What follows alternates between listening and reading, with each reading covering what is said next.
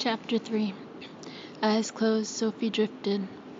She was wiped out, completely depleted. Every cell lax, ripe with pleasure, a pleasure she thought had left the world.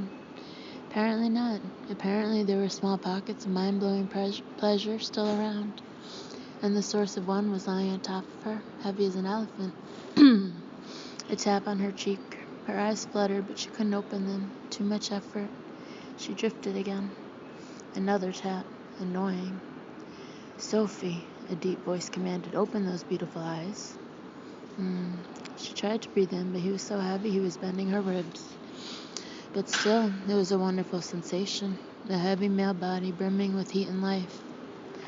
Her arms tightened around him, then slid away as he lifted himself up off her, resting on his forearms. "Sophie!" It was a bark command and a voice used to command. Her eyes popped open. Gosh, his own eyes closed for a second, then opened again, narrow and intense. Was he angry? "Don't do that to me." What? Do what? Her senses were muddled. How could she think when that intense, icy gaze was locked on her?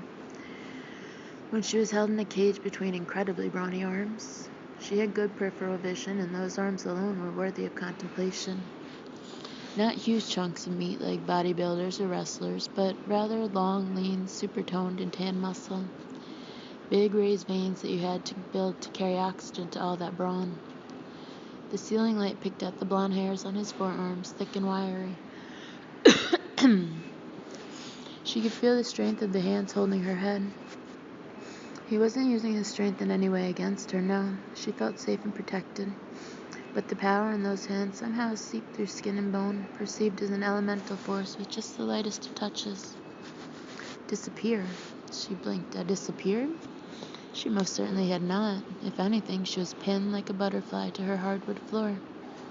His weight on her from the waist down, long, strong legs next to hers, taut abdominals right on top of hers. Her torso was held away, but those large hands curling around her head ensured she couldn't move, couldn't even breathe without him knowing about it. And of course he was still inside her. Talk about being pinned. Sophie squirmed a little, just enough to make the point that she couldn't go anywhere, not with him on top of her, in her. "I can't go anywhere. You can feel that I can't go anywhere." That grim expression hadn't changed. You were drifting with your thoughts. Without her willing it, her hand lifted from the floor and caressed his cheek. It was warm, slightly bristly. His beard was blonde, heavy. "No," she said softly, looking into his eyes. "I was savoring. I thought I would never touch another human being again." He let out a long sigh, touched his forehead to hers. "Yeah, that's why I wanted you with me, not drifting away. Doesn't make any difference anymore, given that society has collapsed, but I just want you to know that I'm not in the habit of making love to the first guy who falls on top of me. Just for the record." He lifted his head at that and stared into her eyes. "Oh yeah, I got that. You're very tight." Yes, she was tight. Her last lover had been, 2 years ago? She gave an inward sigh. They were all gonna die, and soon. Why, oh why hadn't she had more sex? Why had she been so picky? All her girlfriends had complained about it. Everyone except Elle, of course, who had an even more pathetic love life than she did. There was some guy in her past she was still in love with, even though he dumped her brutally 10 years ago. Sophie didn't have that. Didn't have anything like that in her past. No star-crossed loves. No yearning for someone. All she'd had was safe, mild-mannered men who cared for her more than she cared for them, and wasn't that sad? Right now she wished fiercely she'd spent her college years sleeping around and having a good time like her roommate Sharon. Sharon had majored in men and Sophie had majored in biology, and they'd both been A students. She should have had more sex, oh yeah, except it would have to have been like what she just had right now, with the guy who was staring at her intensely, with the guy who was still erect inside her even after having had a climax, with the guy who made love to her so fiercely she thought her heart would stop. There hadn't been any sex like that ever, and that was why she hadn't had too much of it. Jean shook himself. "You're on the floor, and I weigh a ton. You must be uncomfortable. Sorry about that."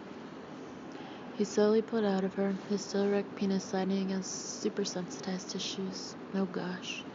Heat blossomed in her groin, a sensation so intense it was almost pain.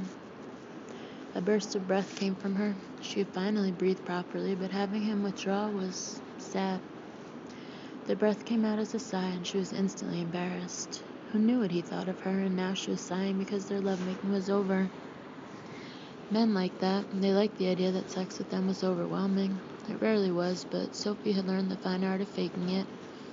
But that sigh had been real, and it probably fed right into his ego. A peek up at that suntanned Nordic god, though, didn't show a smirking male face, not even a smiling one. He looked grim and tough and dangerous. Of course, he had to be tough and dangerous to make it through even a couple of feet of infected, let alone hundreds of miles. He stretched out a big, sinewy hand, and she took it. She didn't need help getting up, but refusing a hand would be churlish. He lifted her with astonishing ease, one-handed, and surprisingly, she did need help. Her legs were wobbly, unused muscles stretched. The semen was wetting her thighs, the feeling so strange she staggered. A big arm went around her waist immediately. His hold so strong, she could have let all her muscles go lax and he would have held her upright. "You okay?" Those laser-bright blue eyes bored into hers, face pulled tight. You'd think he'd spent the past half hour beating her up instead of giving her the best sex of her life. Yes, of course. Sophie tested her legs. They could hold her up, she hoped. How strange to be so embarrassed with him, now that he only had an arm around her. When he'd been in her, making love to her, she hadn't been embarrassed at all. There'd been no room for anything but heat and the wildest sort of pleasure. "I'm sorry, She couldn't even finish a sentence. His gaze was so mesmerizing, words fled from her head. She was a scholar, a scientist. Words were to be used precisely to describe natural phenomena. She'd always used words like a scalpel, and here she couldn't think of a one. He was still holding on to her, so tall he was bent over her a little, face close to hers. He wasn't smiling at her utter inability to form a sentence, as any other man would be. Striking a woman dumb was probably every man's dream. That strong arm tightened around her waist as he lifted her head slightly to examine her closely. Not a lover's look, a doctor's look, making sure she was all right. Okay, now she was embarrassed. Granted, the sex had been off the charts, but she had to come back from ecstasy, which wasn't as easy as it seemed. Her thighs were coated, slick with his semen, the lips of her sex felt swollen, incredibly tender. His big body curved over hers, was so close she had to dig her fingernails into her palm to keep from touching him. She twisted slightly and came against a still erect penis, and heat flashed through her, unstoppable. A great rolling wave of it, and her sex clenched. Oh gosh.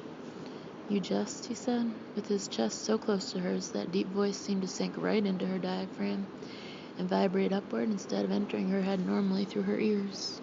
"You just what?" Sophie shook her head sharply. She placed her hands against that massive chest, palms flat against his pectorals. Oh gosh.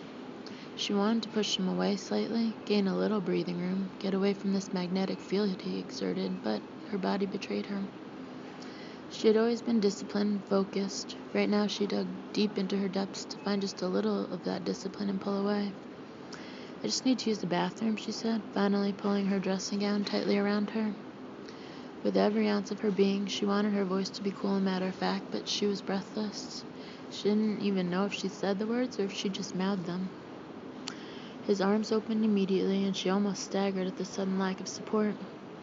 A big hand shot out to her elbow, then he withdrew his hand when it was clear she was steady. Or at least she looked steady. He watched as she walked across the room, tightening her silk robe again, as if he hadn't already touched her naked flesh.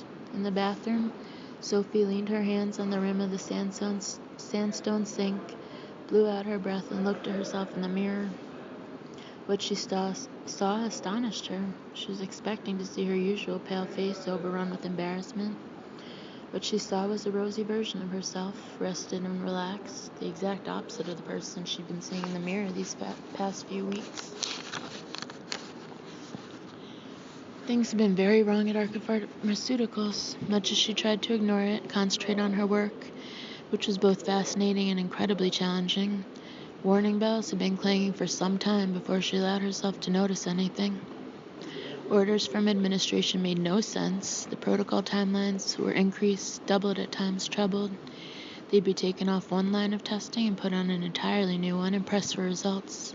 That's not the way science worked. Science worked by reason and slow deliberation, neither of which were present in Arca's leadership. She and Elle had been deeply worried even before people started disappearing.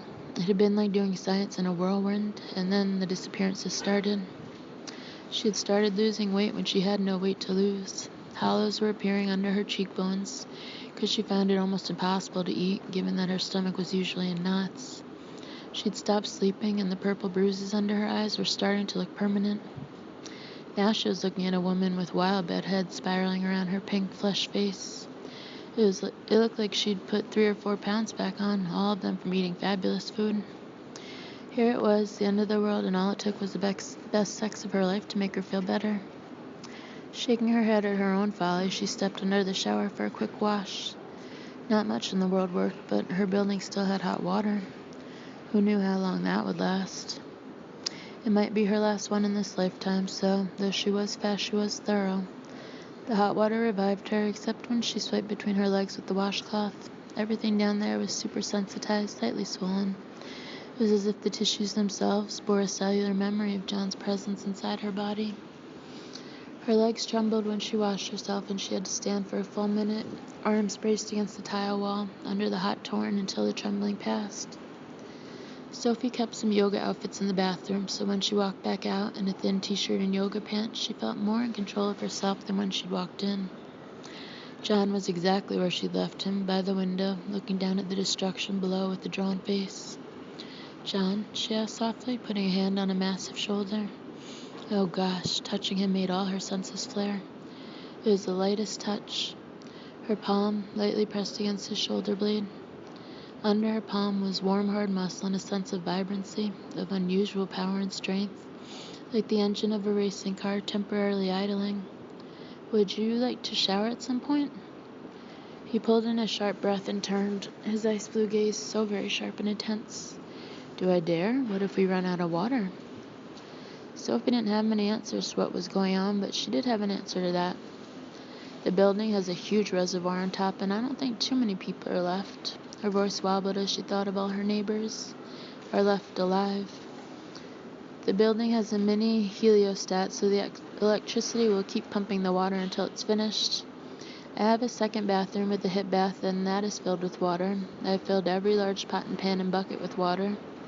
The water will last at least a week. The water will outlast us." She stopped herself before the truth could come tumbling out. The water she'd stored would outlast humanity at this rate. She tilted her head, studying him. He was tall, visibly very strong. There was a stunner and a holster on the floor next to his Superman suit, some kind of gun in a shoulder holster, but still. "How'd you make it here?" she asked. Someone screamed. A woman. Not close. Maybe from a building across the street. It wasn't a scream of fear, but of rage. Sophie waved a hand at the window, encompassing the fallen world outside. How can anyone survive out there? It wasn't an idle question. He was here to rescue her and get the case with the live virus and the vaccine. But unless he had a tank right outside her front door, she had no idea how they could manage to get 5 feet without dying, or worse, without being turned. Something of her terror must have been showing. He lifted a big hand, cupped the side of her face. His deep voice was soft, almost tender. "I'll keep you safe." She nodded, though of course that was an insane comment. Nobody could keep anybody safe, not in this new broken world. "How did you make it?" she repeated. She shivered. John looked down at her. "I have a halo." She blinked. For a second she thought he said, "I have a halo." He was an angel? What? And then she understood. A helicopter. He had a helicopter. A little shiver of hope went through her, the first in 3 days. A helicopter. Helicopters could land almost anywhere, and they took off, could just fly right over the chaos and violence. "Here?" she asked eagerly, looking up toward the roof. "Could it be that easy? Somehow make it up the stairs and away? On top of my building?" John sighed, that big chest expanding. It was a sigh almost of sorrow. "No, sorry, we checked your rooftop, and though my helo doesn't need much of a helipad, there is some equipment taking up most of the roof. Couldn't land safely." She bit her lips. Oh no, they're making repairs. The whole condo voted on it. The workers must have just abandoned their equipment. And she'd voted for the repairs too. So where did you land? Not on the street, I hope. Nope, I landed on top of the Ghirardelli building, biggest high clear space around. And I looked carefully as I flew down. The infected aren't on rooftops. I don't know whether it's because they don't like stairs or heights or what. But on top of the Ghirardelli building. Sophie tried to keep dismay out of her voice. She loved strolling over to the Ghirardelli building on weekends, checking the shops. Sometimes she and Elle would indulge in a hamburger at Sarah's Diner, overlooking the bay. It made for a nice walk. Running there, dodging monsters, lugging that heavy case. If we make it, it would be a miracle, and the case is heavy. I'll take care of the case. John reached out with his thumb to smooth the crease between her eyebrows. I'm not going to insult you and say it's going to be easy, but I have a stunner and a pistol and some grenades, and I'll give you my suit. We'll roll up the sleeves and pants. It's scratch and bite proof, and we'll douse ourselves with perfume. I have plenty. His head jerked back. What? I've been observing them? Her eyes slid to the window where she'd watched for hours, broken-hearted at the violence and bloodshed on her street. I'm a scientist. That's what I do. Observe. I think that their olfactory sense has strengthened. I've often watched as an infected stops and sniffs the air like a dog would, hunting for a particular scent. I think that's what's happening. Her throat tightened. She had to swallow to get rid of the lump that had suddenly appeared. I think they are hunting humans. He made a low, deep noise in his chest. Yeah, so what? Dousing ourselves with perfume would help? He turned his head, looked at her door. That's all the scented candles at your door? She nodded. Yes, it can't hurt. You can have my Chanel No. 5. It's real perfume and it costs the earth. She smiled a little at the thought of him doused in her Chanel. He didn't look like the Chanel type. What else? What else have you observed, Sophie? Anything at all. Any information is better than none. It ups our chances of survival. She didn't need her notes, though she'd take them with her in her laptop. Everything she knew was seared into her mind. I think their eyesight is diminished. Perhaps the virus affects the optic nerve. Perhaps their brains are no longer equipped to process all the data that comes in through the eyes. Smell is the oldest and most primitive of the senses, and that is why it is strengthened. I think the virus amplifies the limbic system, hence the savagery, the inability to reason. I haven't seen an infected be able to open doors with handles, and they have great difficulty navigating stairs. Eyesight is diminished, as I said. At twilight, they start bumping into things. I think they might be essentially blind in the dark, but they'll still attack if they touch someone. Shit, he swore in a vicious tone. They're like fucking zombies. No, Sophie said, they seem like zombies because it appears they don't feel pain. I think the pain receptors are wiped out. That's very dangerous to them, by the way. You've heard the stories of people who have no pain receptors and who sometimes burn to death because they can't feel pain. The same with the infected. They have absolutely no sense of self-preservation, and they are dying. Let me show you. Do you have a thermal scanner? He took a scanner and tapped the side. A hologram popped out. Their two bodies showed, glowing pale yellow. Now, aim it at the window. He held his arm up and the hologram showed the street scene outside. There must have been 100 infected outside on the street, showing up crimson with trailing tails of red when they moved fast. They were so hot they managed to heat the air in their wake. Let me show you something else, Sophie said, swiping her finger left to right along the bottom of the hologram. Instantly, the outline of the bodies darkened, but digits appeared above their heads, following the infected in their almost Brownian movements. The digits ran from 99.5 to 104. Whoa, John frowned. I didn't know it could do that. She looked up at him briefly, then concentrated on the scanner's image. We have these in the lab. She closed her eyes in pain. Had them in the lab. For an instant, Sophie allowed herself to mourn the lab, except for the past few months, which had been weird. She loved her job, loved the camaraderie of science, everyone striving for the same goal, knowledge. Everything orderly and rational, everything this new world was not. Maybe science as she understood it was gone. Maybe the generations that would come, if there were to be any generations and mankind didn't simply die off, would worship the moon and the stars. She trembled at the thought. John put a big hand on her shoulder, almost as if he could read her mind. It steadied her, stabilized her. Science wasn't quite dead, not as long as she was alive, and if Elle was emailing her, she was somewhere safe. Elle was a brilliant scientist.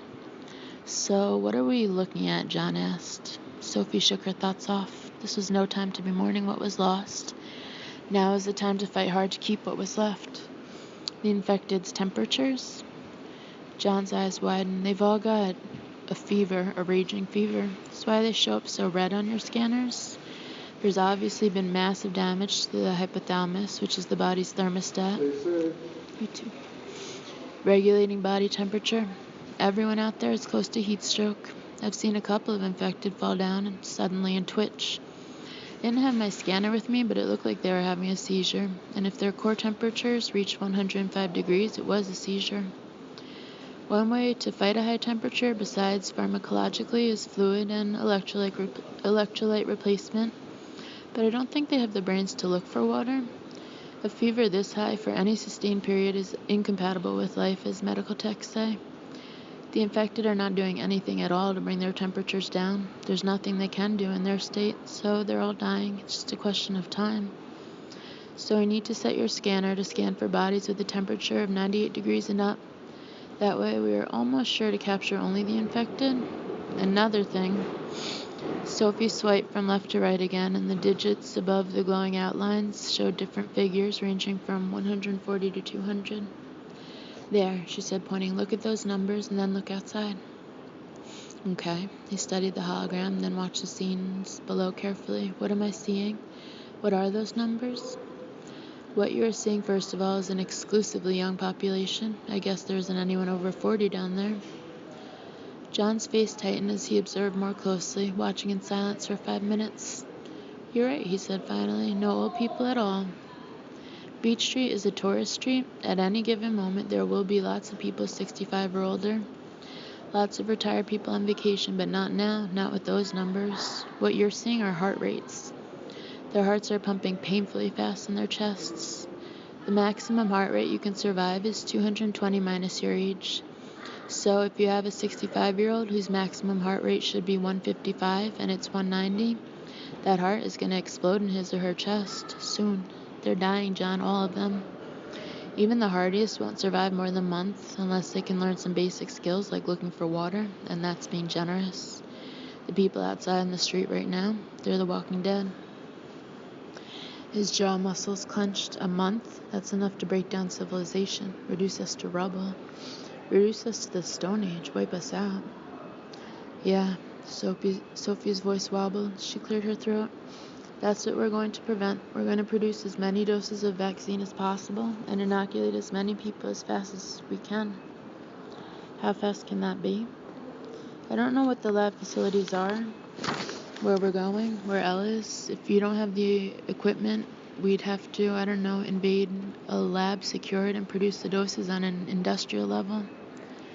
Do you want to talk to Elle? She's with another scientist, Catherine Young. Sophie's eyes widened. The Catherine Young? She's a genius. Oh my gosh, with Elle and Dr. Young, we might really have a fighting chance. Sophie was practically hopping with excitement. Elle was superb at lab work, and Dr. Young, she was an expert on dementia. The virus inflicted huge neurological damage, which was Dr. Young's specialty. And Dr. Young knew a lot about virology. The three of them were like a sports dream team, only for viruses.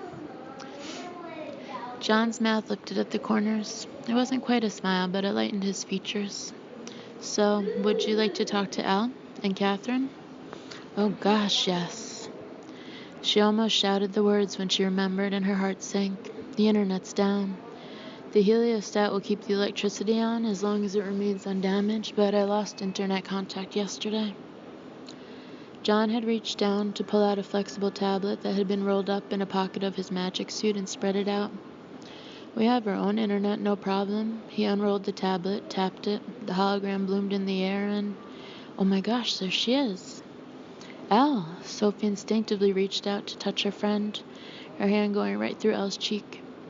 Elle was flanked by a tall, tough-looking guy, dark-haired, grim.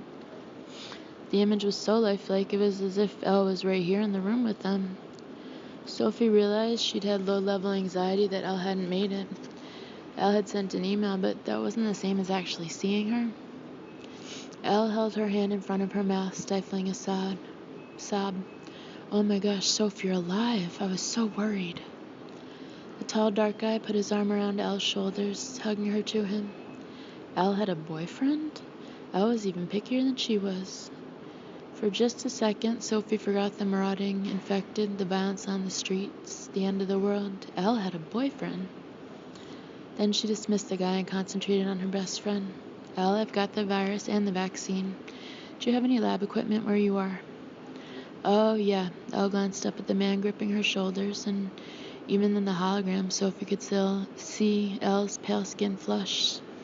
There are some guys here who are very good at liberating things. She meant steel. Very cool. What equipment do you have? We have it all, including a step facility. Wow, the step facility was brand new, revolutionary. A system that cut the production time to less than 24 hours and allowed for immediate mass production. Another woman stepped to Elle's side, pretty, slender, dark-haired. Dr. Daniels, I'm Catherine Young. If you can get that vaccine here as fast as possible, we can start mass manufacture immediately. Wow, Catherine Young in person. Sophie had never met her, but had read her papers. Dr. Young, it's an honor to meet you. A huge man stepped to her side. If he hadn't put a protective arm around her, Sophie would have shouted at Catherine Young to run like the devil. He was enormous, even more heavily muscled than John or the guy with an arm around Elle, and had badass scarred features. He looked like something out of a horror movie, the kind of guy you ran from the instant you saw him. Dr. Young didn't look afraid, though.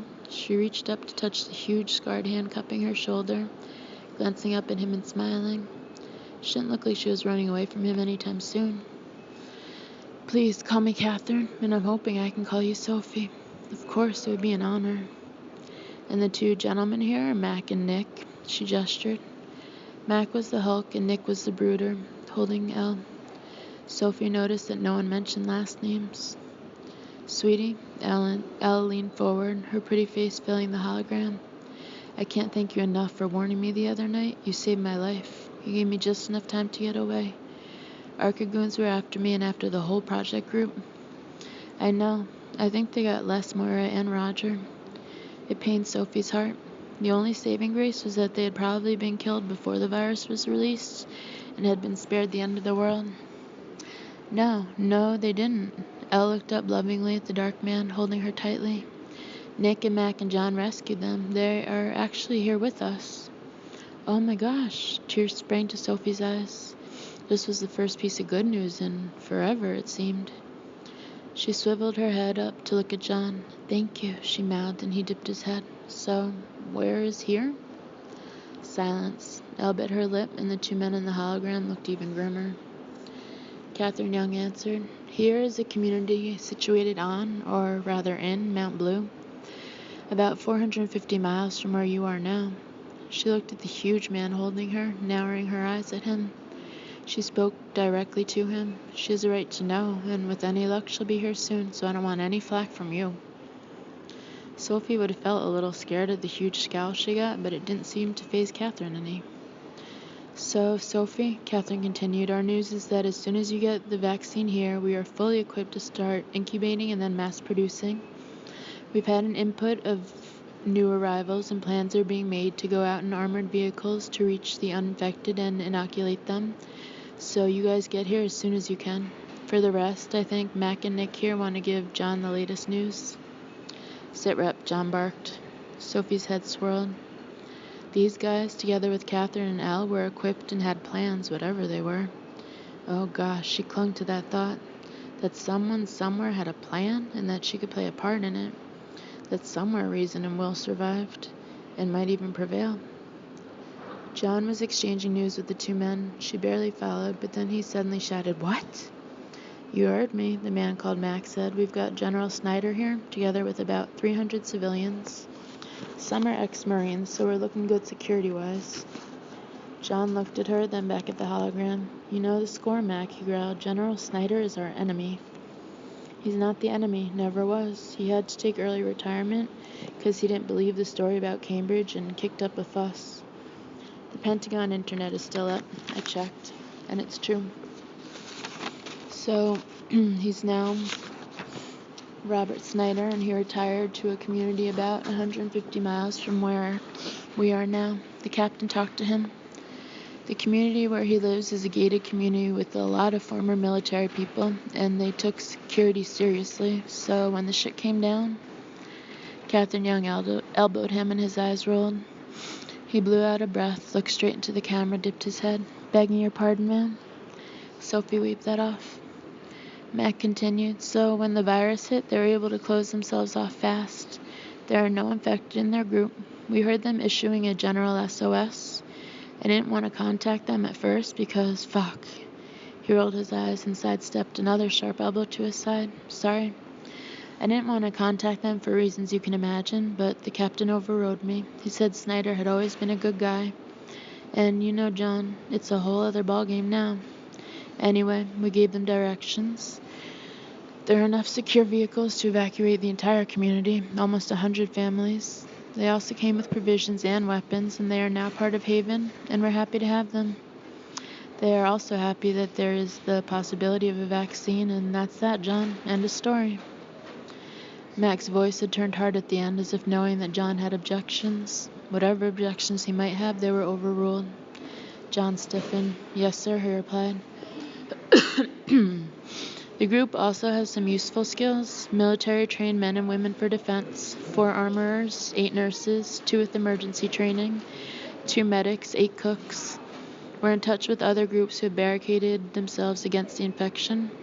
We're estimating at least 3,000 people within an hour's radius. Get that vaccine to us fast, John, and we're going to save some lives. Maybe even civilization while we're at it." "Yeah, there's something else too," Nick said. Sophie was interested in what he had to say, but she was also interested because of Elle. Though she and Elle were very good friends, Elle had spoken very little of her love life, maybe because she had even less of one than Sophie did. But Sophie had the impression that Elle had loved someone very much in the past, and that the memory was painful. There was a feeling that Elle had been brutally abandoned. Could this possibly be that guy? Though Elle's body language wasn't one of anger or resentment. She loved this guy, and Elle wasn't the type to fall in love overnight, so maybe this was the guy she'd been secretly in love with all this time? Sophie tried to focus on what the guy was saying. "John, we've analyzed the situation. We think you shouldn't move until tomorrow. Here." Nick made a movement off screen, and suddenly Sophie was looking at... She had no idea what she was looking at. She tilted her head. Masses of fiery red blobs moving in a sort of Brownian motion. Nick made another movement, and a map was superimposed, and suddenly it made sense, a terrible kind of sense. Sophie gasped, heartsick. What she was seeing was a thermal image of an area a couple of miles from her home in the Western Addition. It was teeming with infected. "Fuck," John said quietly. "Wait," Nick said, and manipulated the image. "It's not all bad. What you're seeing is, I don't know what else to call it, but a swarm, like of insects. We checked our drone tapes and went back about 10 hours, and it looks like there was a locus of infection in Richmond during a big street fair. And a whole nest of the things spent a lot of time killing everything in sight. Then they started moving. They seemed to be moving counterclockwise. Here, let me show you." The hologram switched to daytime on fast forward. It was an area she was familiar with, made up of funky wooden homes, most at least 60 years old, and tiny little shops. She'd been to that street fair many times. At first, the streets were full of happy tourists and locals going from stall to stall. In fast forward, the infection looked weird, like an old-time movie. Somehow it was less horrible in fast forward. A few blood-stained infected erupted into the crowd, which ran away, but not fast enough. From a few infected within the space of 3 hours, according to the timeline at the bottom of the hologram, it looked like tens of thousands of infected crowded the streets. At first, they moved completely separately, but as soon as a critical mass was achieved, which Sophie judged to be about 400 infected, they started swarming behavior. It took hours and hours for the swarm to form, and the outlying edges of it showed anomalous behavior, but the center held. And a few hours after that, they started the trek east, then as they hit the water, doubling back northwest. It was a swarm about 2 miles across, and it was terrifying. It moved slowly, but it left utter devastation in its wake. The images had quickly followed the day into night. Judging from the footage she'd seen, they'd come to her part of town sometime tomorrow. Swarming behavior, Sophie murmured. Elle and Catherine nodded. So, Mac's eyes narrowed. They've become insects? Sort of. Sophie looked up at John. He tipped his head in a go-ahead gesture. John turned to the hologram. Sophie's been observing the infected. They're right outside her window. She has some interesting theories. Please, Sophie, Nick said, any information you have is useful, could save lives. Okay, this is anecdotal, you understand? She tried to gather her thoughts, resisting the urge to stay quiet until she had further data. Science moved slowly but thoroughly, each hypothesis tested and retested to make sure it could bear the weight of other facts being loaded onto it. A little like walking across a frozen pond, testing each step before putting your full weight on it. It was what she loved about science. It was not random. Her parents' death had been random, completely unexpected, and it had cracked her faith in the world as a knowable entity. Science had saved her from plunging into despair. Most things were knowable if you approached everything using the scientific method. This was the opposite. Random observations over a couple of hours were nothing, but they had nothing else to go on, and perhaps science had fled the world anyway. The holograms were positioned in such a way that the two images were on a parallel axis. Felt like she was looking straight into Elle and Catherine's eyes. Go ahead, Soph, Elle said softly. Sophie drew in a deep breath. Okay, I think we can safely say that the virus knocks out the neocortex.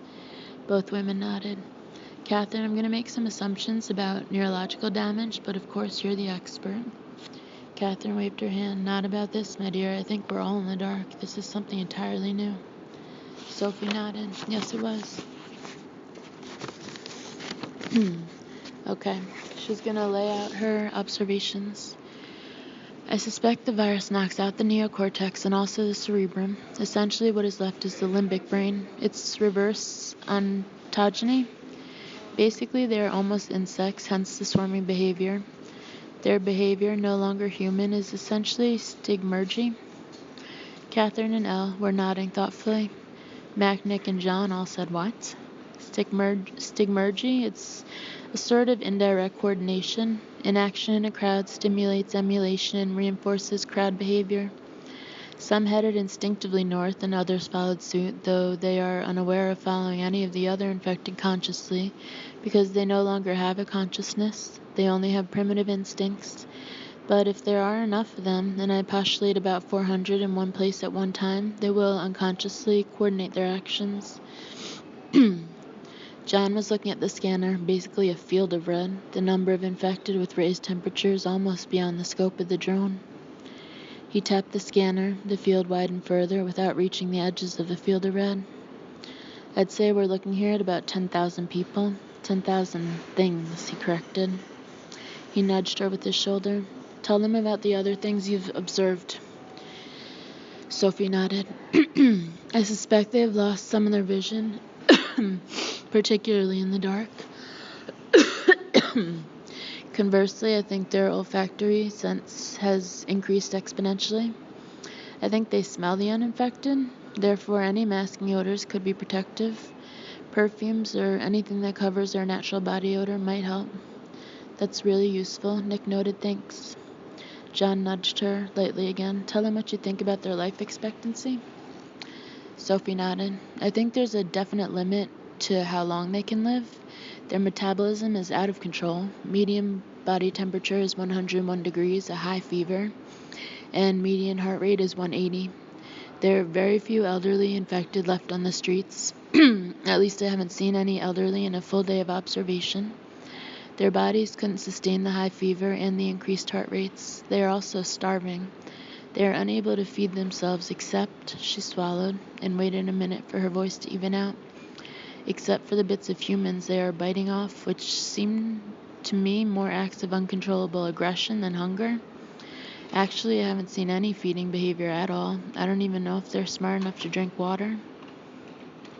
They have no instincts for self-preservation, Mac asked. None, from what I've been able to ascertain. They're walking time bombs. Walking dead, actually. Zombies, John muttered. She shook her head. No, they are not zombies. They are very much alive, but they are dying, all of them, quickly. We just need to save as many people as possible from the infection and hope that when the last one is gone. Her throat hurt. Her voice wobbled. She cleared her throat. When the last one is dead, let's hope there's still something there for us to rebuild. Well, Max said briskly, we're working really hard on that. John, he switched his gaze to the man standing beside her. We're monitoring all radio bands. The civilian internet is down. Ours is still working, of course, but that doesn't help people outside our network. But we're finding pockets of uninfected almost hourly, and some of them have radios. Lucius has been advising them on how to make their homes as secure as possible. We've got a map of everyone, and we're scheduling pickups. The more people arriving here, the more people can go out and secure vehicles to rescue them. You have enough food for everyone?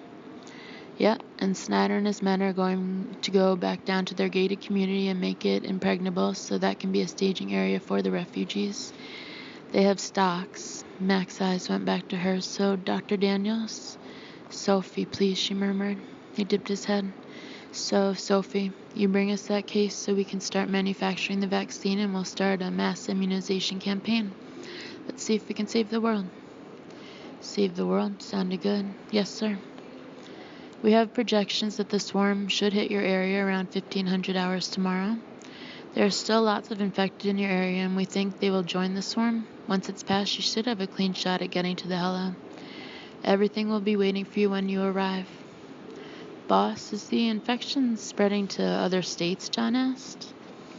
All of a sudden, Sophie realized that she had no idea whatsoever what was happening outside California. Unclear. Marines are stationed all along the border. Our drones show us they're stringing barbed wire along the border, too. They're going to contain the disease at the cost of writing California off.